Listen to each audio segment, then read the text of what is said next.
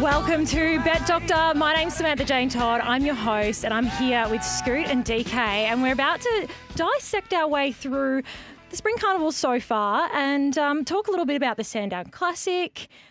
We've got the Hunter as well. We've got so much to chat about. Boys, let me have it. Spring Carnival's almost over. How's it been? Wasn't as fat for me as usual. A couple of big feature seconds here and there, but... oh, mate, every time. Yeah. A Paradis. Yeah. Paradis. I had a good chuckle when Paradis run second. $13 beaten on the line, beauty. Pondus was home, just as when it was going to win. Up comes True Self. So, yeah, no, it was just seconds was... They ghosted me as well, Scooty. Fair dinkum. I don't know. As soon as Paradis got beat, I thought... Is it DK that just attracts all this bad luck, or is it just because I know DK and the way he sort of handles it? But it seems to follow you. The bad luck. Black cat. You must have done something. I'm punch drunk from it, mate. Dead set. Unbelievable. Anyway, we bat on. We're used to it. So, but what do you think? Anyway, Carnival overall. It's interesting, isn't it? I think like they didn't dominate the whole Carnival, but the internationals, I think. The big lesson and the big takeaway for me, and it's not like a new thing, it's been happening for years and years, but if you don't have a good handle on the international form or have an international form guru in your pocket, we were lucky enough, Cam O'Brien from Champion Bets, he was all over it and didn't have much luck, but if you're not across this international form, you got no hope in trying to turn a dollar, and I think the complexion of the Carnival has changed slightly. Maybe it's the Golden Eagle and a couple of those Sydney races that are taking a few of those strong 4-year-olds from picking off, races on Derby Day and all these support cards. But for me, the form there wasn't just horses that jump off the page and were auto bets. But when you have a look at the Golden Eagle and, a race like that, it was just so deep. And I probably need to have a chat to a couple of guys in my betting chat groups to, confirm whether that's sort of true or whether I'm just, sticking my finger up in the air and guessing that. But what was your takeaway? Yeah. Well, the imports dominated the majors, and I had a good reflection about surprise baby, and we probably got it wrong. Yeah. Got the market right. Got the market right, but the two Australian horses who were featured, Prince of Penzance and Vow and Declare, both won Barrier Trial Tempo Melbourne Cups. Yeah. Like slow sprint home. When they're proper races, the internationals dominate. Yeah. Whether it's Twilight Payment from the front or cross counter from the back. They're targeting the race. Aidan O'Brien, obviously, with the Cox Plate as well. Well, they run second in the Caulfield Cup of Anthony Van Dyke, second in the Cox Plate, second in the Melbourne Cup to his son. They're just dominant, and especially the Ballydoyle Northern Hemisphere 3-year-olds. You just want to be looking for them every year. But spot on. We're on the right track. Getting the international experts on, it is absolute starting point now because. With losing the young horses to Hong Kong. I mean, even Classic Legends gone to Hong Kong. Yeah. And the breeding. We're just our local stocks are not strong enough. And it's just Paul Prushka. I mean, I love Paul Prushka. I love backing his horses all over the country, Victoria. But against Aidan O'Brien and things like that, just sort of have another think about that. Anyway. Yeah, the late market. I thought, Sammy, like some of these big betting moves late, the market seems to know, and even with the Melbourne Cup, they really hammered it home. I guess the surprise baby, it was a bit of a go, 24 hours out, but it and Tiger Moth sort of cleared right out, and even Twilight Payment was spec'd. I think it was like 40s into $26. So the international pools through the exchanges and the top sport market, all the smart money seems to be heading around the right sort of international. So you can get a good lean there. The Cox Plate, as we know, Sir Dragono was huge go, huge go. 15 into 7 or something. Armory was very solid. Yeah. The two in the market, Savage in the Caulfield Cup, they were about equal favourites. So the market's sort of pretty much onto it as well, but got a bat on. Got a bat on, mate. Got a bat on. We'll do our best, but a bit disappointing that there was no witchy proof, no Menanga Tang. So I'll be glad to get them. I was thinking last night there was Menanga Tang. It was 4 years ago. I went and had a look. A horse called Free Willy. Remember Free Willy? Yeah. He won 10 races. 8 at Swan Hill anyway. Found him in a maiden at Menangatang. And my horse was racing at Geelong. And Juppy was there, our friend, Anthony Jupp. He said, you like anything at tomorrow Menangatang, DK? And I said, there's a moral there, Juppy, moral. Thing called Free Willy. Won by 5 lengths. And I was just, how good are these Menangatang meets? I haven't had one of those win for a while. So be glad when those little joints are back next year for sure. Yeah, it was beautiful. The Fletcher Files yesterday, and our newest tipster on Little Birdie Pod, you can get his sets for, I think it's like $11, or you can get it for $100 for the rest of the year. But He had 2 winners at Hawkesbury, and then Bendigo was abandoned. Thank God for the bookies for that. And then he had a winner at Ipswich, and then he just slipped in an Angle Park dog. And all of them just went express to the front, hit the line, and it was just easy money. That's it. Well, you can see they're good. If they're going forward, that's good picks. If you're going to take short odds, you want them going forward. But then people will be cheering them home. They'll be saying, "No, that's cheering home a dog, cheering home the Hawkesbury winner, cheering home easier than the cup." So and it'd be the same feeling. You back a winner, you back a winner. It's the same feeling. It's the same feeling. Exactly. Cheer them home. That's what you want. So hope everyone's enjoying it. Get on the Fletch files, and as it said, it's all right backing a winner. It doesn't matter how far out wide it is. They get the same buzz. Wider the better. Yeah. Well, we've got a huge show today. Sandown Classic Day. We've got Nick Noonan on from the racing show. He's going to be joining us to chit-chat through that. The Hunter, obviously, is $1 million pop-up race at Newcastle. We've got Dream Team Matt in again. He's just been sensational, so we've got him back. US Masters as well. There's few things that get men more excited than the Masters. If everyone just turns into an expert. Big Daddy will be back. Back by popular demand. And next up, we want to have a quick chat to Tristan Merlehan. He's been fantastic throughout the carnival, letting people on for huge bets, great prices. And we just want to find out how that's all been going for him. So welcome to the show, Tristan. G'day, Sammy. How you going? Very good. Busy week, yeah. So we're just finally getting a bit of taking a deep breath because it's been a busy week. But we're ready for the big Sandown Classic on the weekend as well. Yeah, look, it was a great Cup week. It felt like it went really, really fast. It must have been huge work for you guys. I thought day 1 and 2 was a day for the bookies, but then I thought punters really fought back on Oaks Day. There was some, I just found the form a lot easier there, and even Berbadeck would have been probably a bad result for you, and a couple of the roughies you still would have got strung up with, and then Stakes Day. How was it from, I guess, a bookmaking perspective? And then I guess we'll talk about the outage. Having worked in a betting shop, it's a disaster when the back end doesn't work. But how are the results for you? Yeah, well, you're pretty much on the money there. So Derby Day, we had a good day. It's always one of our favourite days of the year. It's our biggest holding day of the year, and we had a good result. Cup Day, we had a massive lead, and I was thinking, gee, here we go. And then $26 shot hits the line in the Cup, and you think that should be a massive fill-up. But one of our regulars threw a few $100 multis across the board, taking our top flat product, and spun one of the $100 bets into $400,000. So that was 400. 400,000, yeah. So disgusting. we ended up just chopping out on the day, which was probably, as you say, it looked a bookie's day on paper, and they're probably the most disappointing ones to not fill up on, because Oaks Day was certainly punter's day.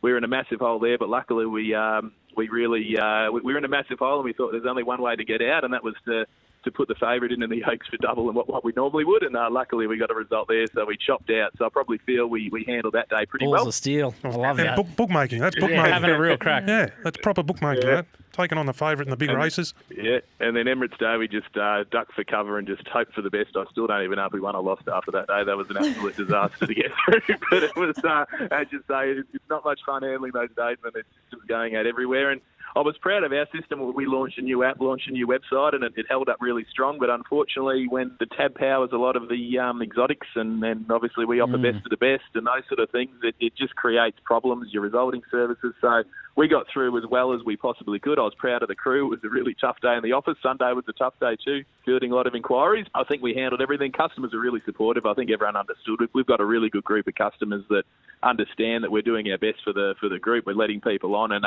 yeah, I think we got through as well as what we could. I think we might have snuck out with a win, but it was a day where I'm very happy it's all done and dusted. And how are you happy with the whole, apart from the outage on Saturday? Turnover. Yeah, how was the holds this year? Mate, things sort of carrying on, sort of cut from COVID and things? Yeah, holds are really big. We obviously we're betting big limits. We're trying a few things to really try to elevate our holds, to leverage the holds off other wages, which I think is the way to bookmake. And our holds are up over 100% on literally every one of those meetings year on year. Fantastic. So we were really, really happy with that. I think it shows that, as like the thing I've been trying to sort of stress to the racing bodies is that there is this natural spike with COVID, but we need to make sure that once everything gets back to normality, that we can look at ways to increase turnover, which by offering products and by letting customers on, that's the best way to do it. And I think it really sort of proved a point, because to go up 100% on literally every meeting, Caulfield Cup Day we went up two times. So wow. To be able to do that, I think demonstrates that there is method in our madness. We're letting customers on, and then that creates a book. And as you say, it's good old-fashioned bookmaking, and you want to let people on. You want to stand the favourites, and you want to have a sweat like everyone else. I love that. Great mentality. Yeah. If only more adopted it, and that's why we're with you, and great sponsor of the show. So we appreciate that. See you guys. See ya. That was Tristan from topsport.com.au. They are the biggest betting online bookies, taking on absolutely everyone and betting the biggest limits. Make sure you are gambling responsibly, though, and call 1-800-858-858 if you're concerned. Welcome back to Bet Doctor. My name's Samantha Todd and I'm joined by DK and Scoot. This is a behind-the-curtains look at how pro punters bet, and we are so excited to have Nick Noonan from The Racing Show join us to chat a little bit about the Sandown Classic this weekend. Welcome to the show, Nico. Yes, Nico, what's doing? Yeah, how you going, guys? Scoot, Sammy, DK. Yeah, pleasure to be on the show. Pretty excited. Big shoes to fill, though. I've got some pressure to live up to here, but I think it's a pretty good meeting from Sandown. I think we might be able to find a few winners, so hopefully we can deliver for the listeners. Mate, you've been on fire on The Racing Show. You've been dropping winners, just at ease. It just seems like shooting fish in a barrel. But, Nico, how did you get in the game and what appeals to you about racing? I was born into it. My dad's a horse trainer, so I don't really remember the first meeting I went to. I imagine I would have been in a pram or something like that. Spent many years at the stables, and then so I caught the racing bug pretty early, and then wasn't too long until I caught the punting sickness. So that didn't follow too long, and then sort of the last 3 or 4 years really started to get stuck into my punting and doing form properly, and then doing the Racing Show podcast. So really enjoying it at the moment, and like you said, it's good to find a few winners along the way, and last few weeks have been pretty good. So hopefully we can keep that momentum going into Sandown. Nico, as far as where you find your edge, I'm big in post-race and video watching and things like that. Where do you hone in at and find your best edges at? I'm not a massive post-race guy. I like doing the form, that's probably one thing I really like doing. So I like just sitting down and going through a meeting. Trials is probably my biggest edge, I'd say. Big trial watcher, mainly jump outs. I feel there's probably a bigger edge in jump outs than trials because they're harder to probably get the data on for a few of the bigger players to sort of be looking to find a few angles there. So I think jump outs, especially in Victoria, they're hard to find sometimes. So if you're willing to put the work in there, there's definitely an edge there. And I think there's a few people doing it now, and there's a few sort of services out there. So I'm kind of looking away from what a lot of them are looking at, like fast times and real speedy horses. I'm kind of more focused on horses that are getting back and running on and a bit more hidden. So I've had a bit of success doing it recently, so I'm just going to try and stick to that formula and keep punching through. Nice little segue into the first race. I was going to say, looking at the first race, so Sandown looks like a fabulous meeting. It's a good 4 at the moment. Rails in the True. Race 1 is the Merson Cooper Stakes. It's a 1,000-metre race. And on top of the market, we've got Brazen Boy at $2.50, Forbes $2.80, and then we've got Animo at $4.60, and then we're out to double figures. What do you like? I was pretty surprised when Brazen Boy opened up $1.80 some corporates. I was pretty shocked at that. He did win a trial by about 14 lengths over in Adelaide and looked to do it in pretty good style. But the 2 horses in behind him weren't asked to do very much, and he was pretty much in isolation for the whole trial. So that was probably hard to get a read on. I more looked into his jump out, which he had at Morphettville, where he had more pressure and he was a bit more green. So I think that trial, I don't know, I think it could be a bit of an illusion, to be honest. I didn't mark him favourite. I was very shocked to see him come up favourite. I think this is one of the better bets of the day, to be honest, here in Forbes from Team Friedman, the capitalist colt for Harron Bloodstock. Not a combination I've seen before, James Harron and Team Friedman, so I imagine there's a bit of intent there from Team Friedman to get the winner on the board. Expensive colt, and this horse has ticked every box I look for. He's shown versatility in his jump outs at Mornington. He's charged a line in both of them, worked through a line very strongly. Yeah, I marked him clear favourite in this and probably still think there's overs at the price at $2.80. So I was pretty happy to bet here. I thought the market was a little bit wrong early, and I think Forbes probably start second favourite. I think the syndicates might find Brazen Boy off that trial because they seem to lean to the trial form over the jump out form for whatever reason, maybe because they can get official times and that, and they tend to like trial winners as well. So I think Brazen Boy will start your favourite, and I'd be happy to back Forbes to beat him. DK? Yeah, I was saying this is from what was a perfect segue for Nick into this. But those, well, as you said, Brazen Boy went up $1.80. But from my history of working in a betting shop with first starters and things like that, sort of make the prices up. Yeah. And then Try and put a false favourite in there sometimes as well. Exactly, but the big margin trial winner, will just put it up as short as you can and just see what see if the smarties do, and then you get someone like Nick probably comes on a back form, say, okay, we got it too short, so you just feel the market out early. So yes, but I'll be sorry, but yeah, and you're spot on as well about the syndicates. Much prefer the public trials and the jump outs for sure. You can just hear it in Nick's voice. He just sounds like a man that's absolutely smashed him in the last couple of weeks. He's full of confidence and he's just coming in off a really long run. Nico or Sammy, maybe mark it for the next one. We'll have a look at the Sandown Stakes. This is a real interesting race. Who's favourite there? It's a 1,500 metre race with Kenya on top. It's $2.25 and it seems like relatively solid in the market. Buffalo River's second favourite there on the drift, $3 out to $3.30. Junipal, $4.20. Iconoclasm is your next at $10, so we're already out to double figure odds. Yeah, this is an interesting race, actually. Kenya's our short price favourite. I'm a Mornington boy, so I don't like knocking Mornington. I think it's the greatest place on the earth, the Mornington Peninsula. Please. The racetrack may not sort of live up to that. And Kenya's Mornington win, it was in one of the worst races I've seen for a Peninsula Cup. Like, it was a benchmark 90. Could have passed it 64 if Kenya wasn't in the race. Slow times. It beat Walkers. Yeah, in a walking race. Yeah, he beat absolutely. Yeah, he beat Walkers. Speed pretty strong in the market, but I'm sort of looking at his sort of late stuff on the clock. He didn't go that fast early compared to how fast Buffalo River's been going. Like, I know they're completely different races, but Buffalo River at his last start would have led Kenya by about 11 lengths. So that's something you've got to factor in a race like this. I just thought he was really short here, Kenya. Yes, he could have the most upside in the race, but coming off that last start win, like he's run his last 200 metres in 13.7 on the clock. He's not doing much late. I was very surprised to see when he was $2.40. I marked him $6 here. I don't know if I'm completely off there, but I thought Buffalo River, if he's come through that Kennedy Kentala run in okay order, Willow was pretty kind to him late there. He was only beaten 5 lengths, and he did go out nearly 17 lengths above. Yeah, 17. Puntingform.com.au data. Yeah. Which he can go fast. But he did go too fast there. Yeah. He has got fast early speed, hasn't he? Yeah, well, I think the start before he went about 12 lengths faster that's right. than average to the 600. So, yeah, I think you're right there. What did you think about the freshen up from Junipal, Nick? Yeah, well, the concern for mine with Junipal is I think he's a bit of a wet tracker than on the dry, and I'm expecting this track to be fairly firm by this time in the day. I kind of couldn't get him $4. I've marked Buffalo River pretty short. I'm expecting him to bounce back. He's got 2 wins at Sandown. He looks like he's a bit of a control freak. Jamie Carr, that's a massive ticker going aboard. Nice Not that Willow was a knock in the other races, but he just brings in the superior form. Like, he started near favourite in the Toorak, started $7.50 last start in the Kantala. The only knock is if he's flat out of that Kantala run, but I'm sort of taking the narrative he's not going to be, and he's probably going to control this race and be very hard to beat. I marked him clear favourite and happy to bet at the price. All I'm worried about was an empty out. It was a proper empty out. Yeah, they can do. You can see them go flat as attack. If they hit a high peak, you can look at the punting form stuff, and they can take a big deep. Yeah. I thought Junipal's run well here. I think he'll park behind these two. And he had the short SP last start. Would he start $4 or something in that Group 1? Yep. So I thought he could bounce back here. Sammy? Moving on to the Zipping Classic. We're running out of time already. So this is a 2,400 metre race. Villiers is the firming favourite. It opened up at $4.40. It's now into $3.80 with a number of large bets taken at Top Sport.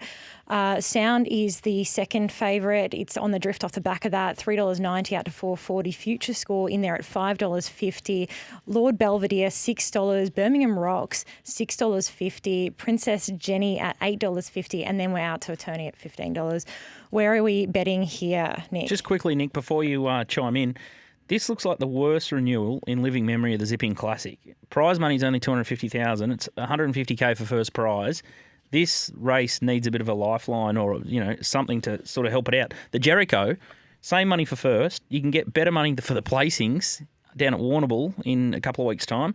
And then placings to 14th, you get $4,000. But they've brought back the prize money to match the horses they're getting. I would have thought. I mean, it's needs a downgrade. It's a consolation or something. Needs to be a Group 3. The whole thing needs a bit of an overhaul, doesn't it? The pattern. Anyway, Nico. Yeah, well, I don't really care about that, to be honest, boys. I just want to find the winner here. And Me too, Nick. I think you've got to look at number one, and you've got to stop doing the form from there, because the best horse in the race here, Villiers, I think we just forgive the run in the Melbourne Cup. He's already proven in the Melbourne Cup previously that he just doesn't stay. So, it was strange placement there.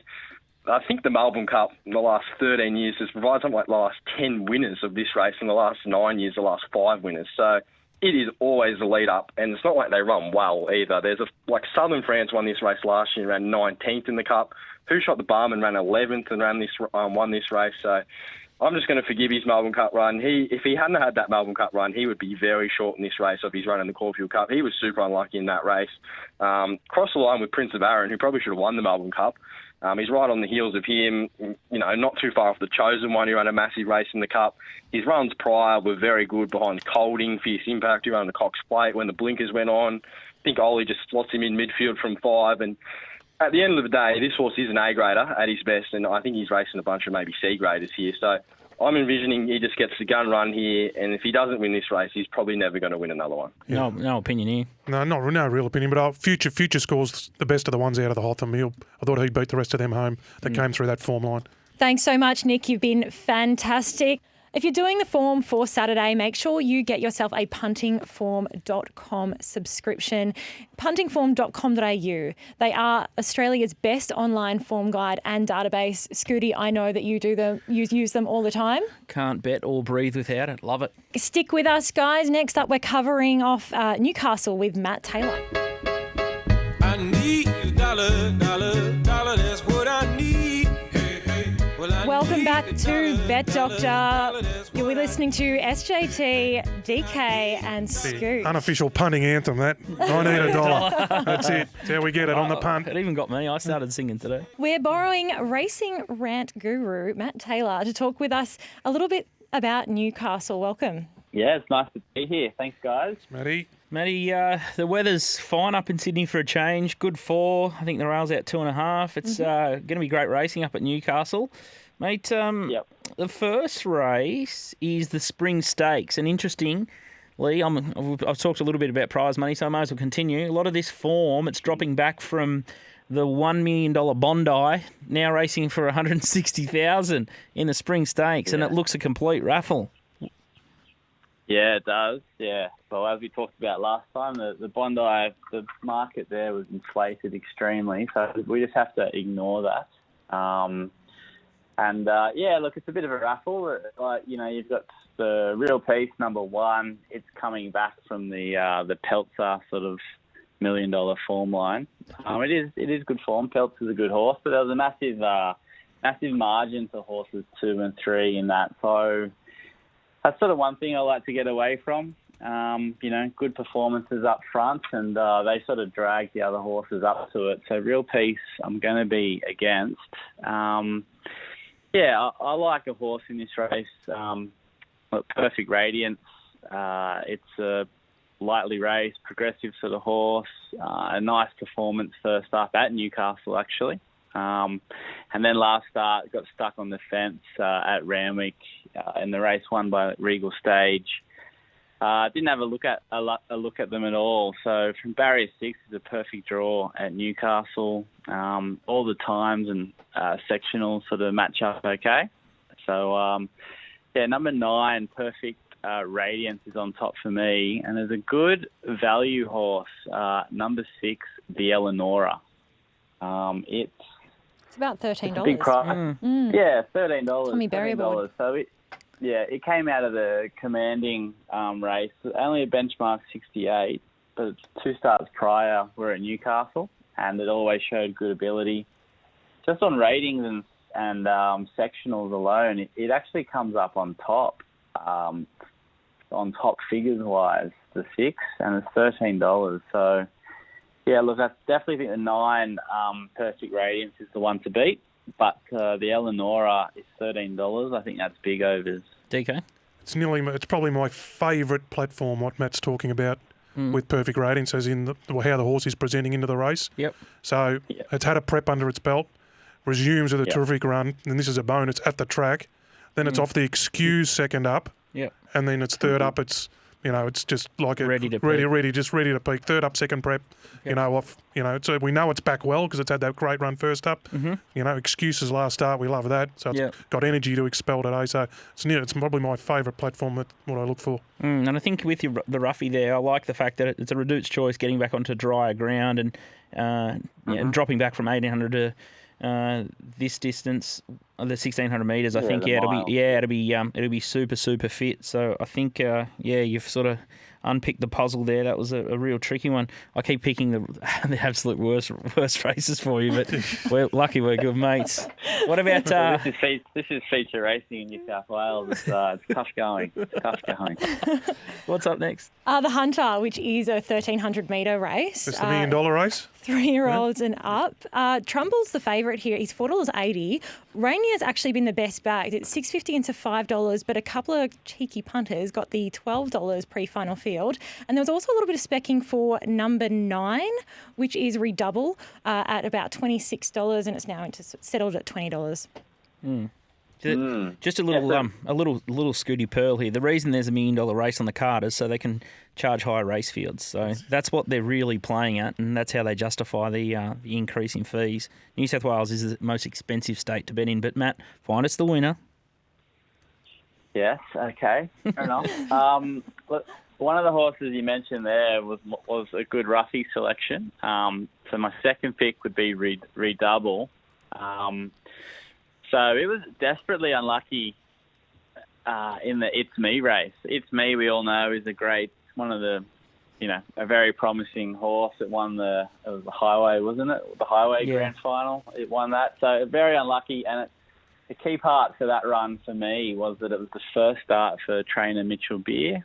So he looked to bring the horse back in career sort of best form. So once again on weights and measures, it fits in really well. So Redouble is a good value selection at $20. But look, I'm going to lean to Rainier. It's the second pick in the market. I didn't get the $12 like Sammy just mentioned. But yeah, last two starts, plenty of excuses, racing well. Barrier 8 to Newcastle. Newcastle's racing really well at the moment. It's a big, fair, open track. And just has great potential to run great figures, a lot better than some of these horses. Rainier on top for me. Turnbull was a dynamic sort of return to racing, but I'm just going to have to just say maybe it'll be a little bit flatter second up, and I'm going to lean to Rainier as the top selection. It was huge when we did the Stratosphere. Rainier was a massive run in the Stradbroke that day. Remember that? Yeah. And there was another little pearl. There's another little pearl hidden in there from Matt. Is when talking about Redouble, the change of trainer. Brand new horse. Blank canvas. Is my theory. And you can just you can get 20 start maidens can turn up to a new stable, and then they can win first up or they can get them going. So it's a little pearl in there that blank canvas for me, change of stable. Well, there's no one else better to talk us through New South Wales racing than Matt Taylor, of course. Thank you so much for joining us, Matty. See you guys. Bye. If you're struggling to get on or just tired of bad customer service, make sure you check out topsport.com.au. They are not just some of the greatest guys I've met. They're also some of the greatest bookmakers. They're going to let you on for massive bets. They are the biggest betting bookmaker out. Head to their website, topsport.com.au, and if you are concerned about your gambling habits, give Gamblers Helpline a call on 1-800-858-858. Up next, we're going over to Brisbane, Vegas. Yep, Johnny Mack. We've got Johnny Mack joining us to talk through what's really the start of the Brisbane Summer Carnival. Look at the sky, spot the planes. Where would I go on holiday? Thanks for listening to Bet Doctor. We are about to talk Brisbane Vegas racing. We're very excited about it. John McCleod is joining us. MacBet. Welcome. Sammy, we're here. I'm back from the dead for 2 weeks. Yeah, it sounds like you've been on a bit of a holiday, but Always up there. He's always up there, and enjoys himself when he comes down here as well. And back to one of your favourite joints on Saturday night, Johnny, the tea house there with our good mate who had the fluffy omelette. how many bottles of wine? Oh, I think it was about 4. And 4 or 5? Was it 4.5? it's a good tip. The fluffy omelette. Guess who was on the next table having the fluffy omelette as well? Oh, yeah? Yeah, Huey, Huey. Zara, Oh, yeah, all the Kay hot workers. McAvoy, B Preble, Jay Winks. They're all there. They knew. Oh, too good. What's that place across the road from there? A little bit up the Dim Sim joint, the Umchar. Yeah, there's about 10 of them. There's about shark 3 fin. stories. You got the 3-story one as you get the lift up and all There's that sort the of stuff. shark fin, hooton, Dragon there's boat. the flower drum. They're all There's there, heaps of they're different all No, ones. not flower drum. Yeah, They're all back, thank God. Yeah, Yeah, I know the one you're talking about. It's a real cheap and dirty one. It's an absolute beauty. Yeah, it just packs them in, sort of thing. Yeah. It's feral. Yeah, no. You go there during the week, and all these uni students are throwing like food at each other, and you sort of got to duck for cover. You can wear soy sauce really, really quickly. I'm not surprised that you were hanging out at those sort of joints, Johnny. Now, a little birdie tells me that you've been going to the races lately, and you're off to Gatton. You're betting on course. What's going on there? Yeah, well, sort of. I'm not really betting on course because there's not a lot of bookies there, and I had it's unbelievable how things change here. You sort of go up. You just don't even worry about going up to the bookies and betting these days because you go up to them, their prices are just changing, just consistently automated from the flux. But you put your money out and then the price goes off, and then you put your money back off and say, I'll take it again. No, it's gone again. So, in the old days, someone would say, oh, yeah, I'll bet you that price because you're here. But it just doesn't happen these days. So I'm really just going up there to have a look at the horses and trying to get an edge that way because, everyone seems to have, all the variables pretty much tied down. It's just a matter of how much weighting they put to them. That's the advantage. So another you've angle. just got to try to work it out. So changing with the times, that's what you've got to do as punters, Nothing stands still in this caper. Big race. You don't change with the times with the Chinese joints down there. No, very loyal. Yeah, good Chinese joint. There's a place up here called the China Seas. It's a cracker up here. It's only about a length off the ones down in Melbourne, but it is a beauty. It's got 10 lengths on everything else. So if anyone's coming up here, go to China Seas. Stanley will look after you. Stanley. Really good. Brisbane. We've got a couple of Queensland listeners. Culinary tips, horse tips, golf tips. I've got it all here. Yeah. Bet doctor. Now, the racing on Saturday at Doomben, the Keith now is starting to heat up. Some good horses. Nick and Over's back. Hard Empire. Can't believe I missed it last start. A friend of mine owns that horse, and it was now it's got a new stable. What are you thinking with this race? He didn't go too bad the other day, Hard Emperor. He sort of dipped at the start, and he probably got back as further than he wanted, and he finished the race off well. But I just don't know whether that field was much good. There was a horse called Freddie Foxtrot that looked terrible in the yard. He was, he's going to improve. He was sweating up. He was fat, and he was coming to the line just as good as it. So I'm sort of a bit negative on that sort of that field, and I'm looking for a horse like Sandbar.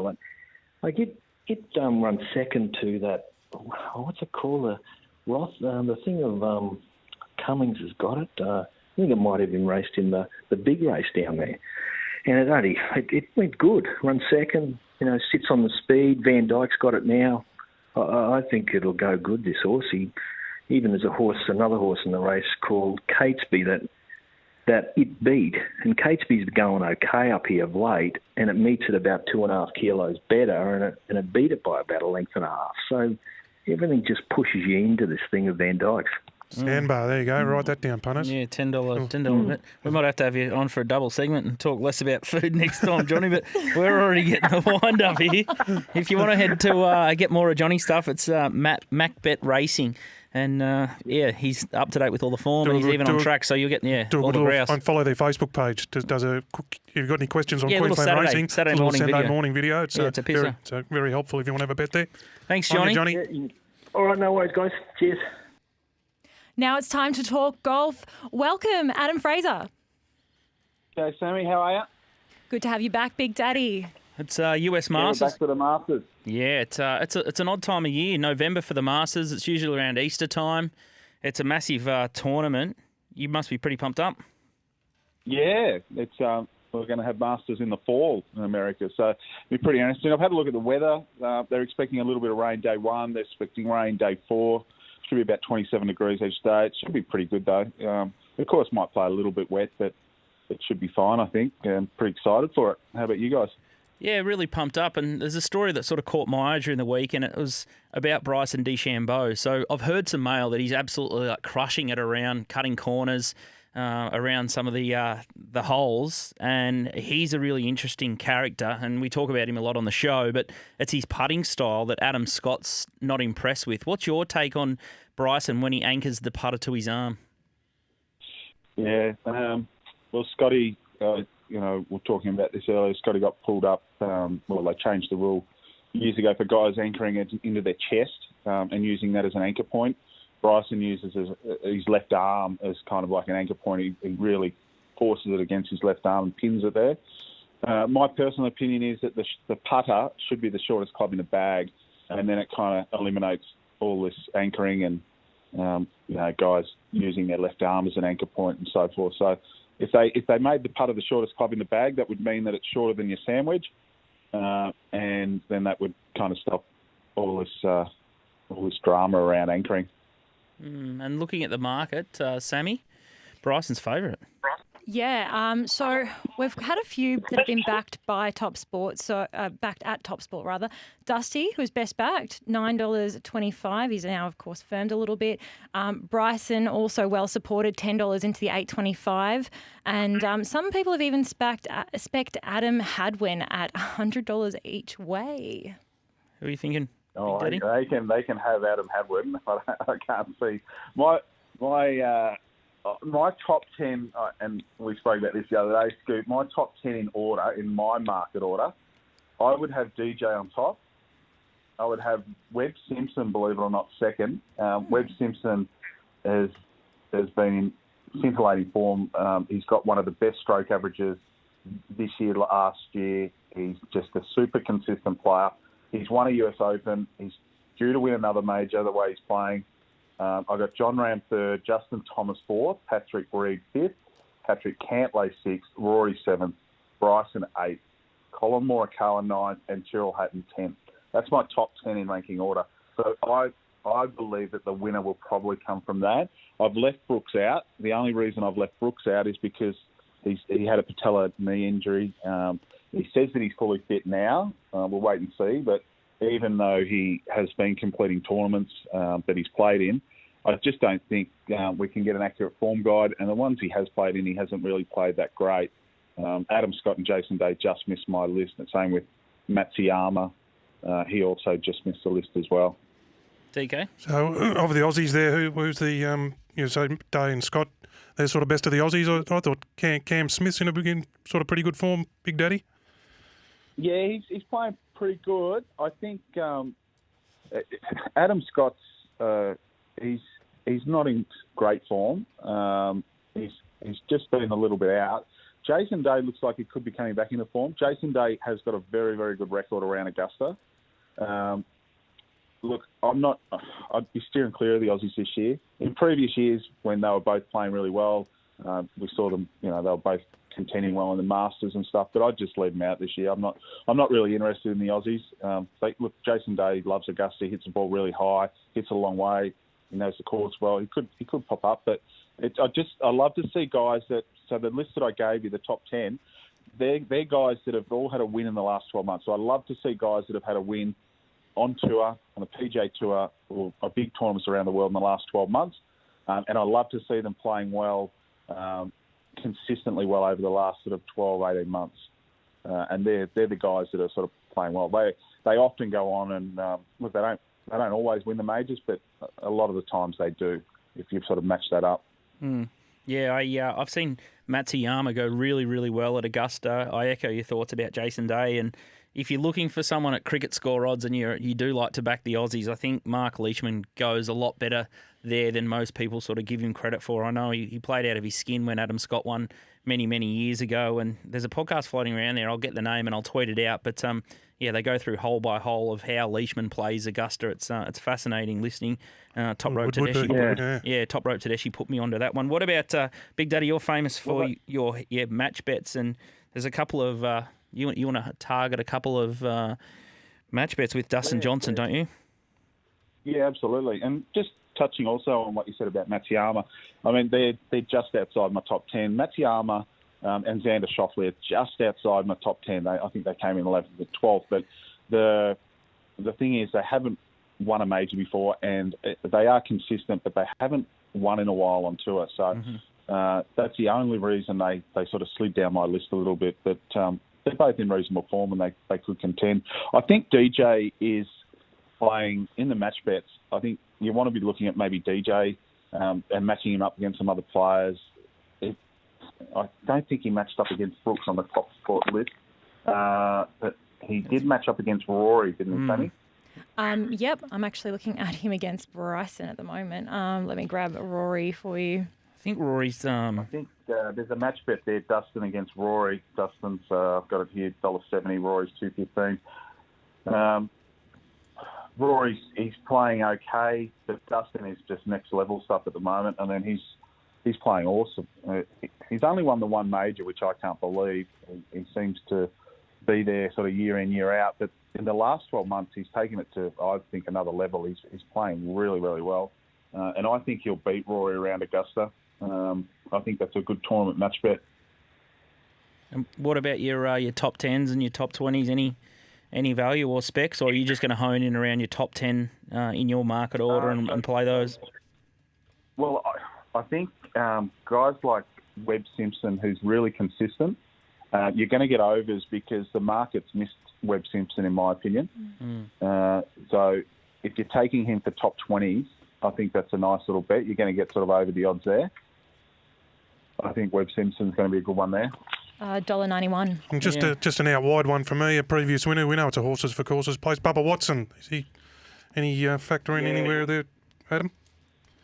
Well, he started to play a little bit better. What suits and he falls into the same sort of boat as Phil Mickelson is that Augusta's got a lot of dog legs that work from right to left, so it suits someone with a right-handed golfer. It suits the draw of the ball, but good golfers know that it's generally easier to move the ball from left to right. So the players like Phil Mickelson and Bubba Watson that are left-handed, they have to fade the ball around those dog legs, and generally that's a little bit easier. So Bubba does play fairly well at Augusta. He's won it a few times, and same as Phil. So, look, I don't think Bubba's playing good enough to contend this year.